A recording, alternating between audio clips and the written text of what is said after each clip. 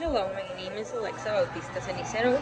I'm going to be explaining my final project, which is going to be the topic of oligopolistic market in microeconomics.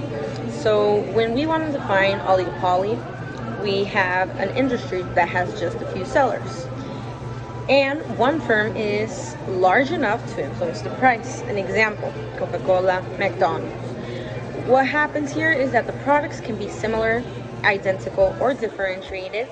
And in the United States, among most of Europe, Japan, and South Asia, we have what we call oligopolies. This is the most prevalent type of industry there, and the vast majority of our GDP is accounted by firms in oligopolistic industries. What the crucial factor here is that it's a small numbers of firms. So what happens here is that when there's so few firms, every competitor has to think continually about the actions of their rivals. And there's this say that what each does could make or break the others. And what happens with this is that there's a kind of interdependence among oligopolistics.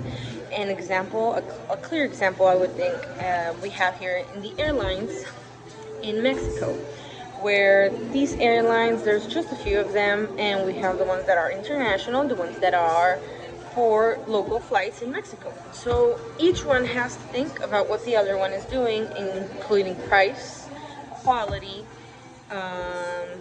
how many flights there are a day, and they have to compete and see what the other are doing in order for them to be able to stay up with the competition that they have in that industry of flights. And this doesn't happen in monopolistic, because that's when monopolistic, it's not it's basically the opposite of oligopoly.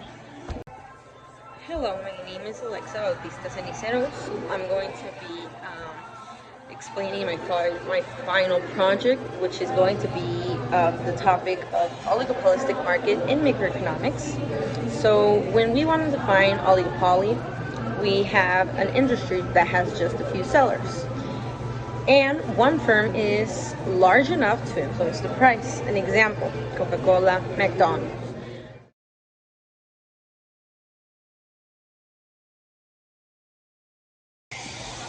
Now, when we want to see the degree of oligopolization, this can be measured in two ways. The first one is concentration ratios, which is the total percentage share of an industry's sales of the four leading firms. There's two shortcomings to this. They don't include imports. It doesn't tell us anything about competitive structure or the rest of the industry. And these have become less meaningful as foreign imports have increased.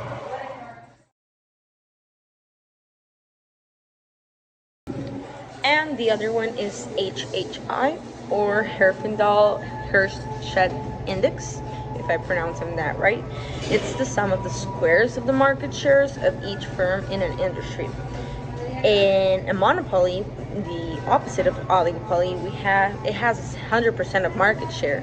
In this case, it will not be like that, since there's a few more competitors.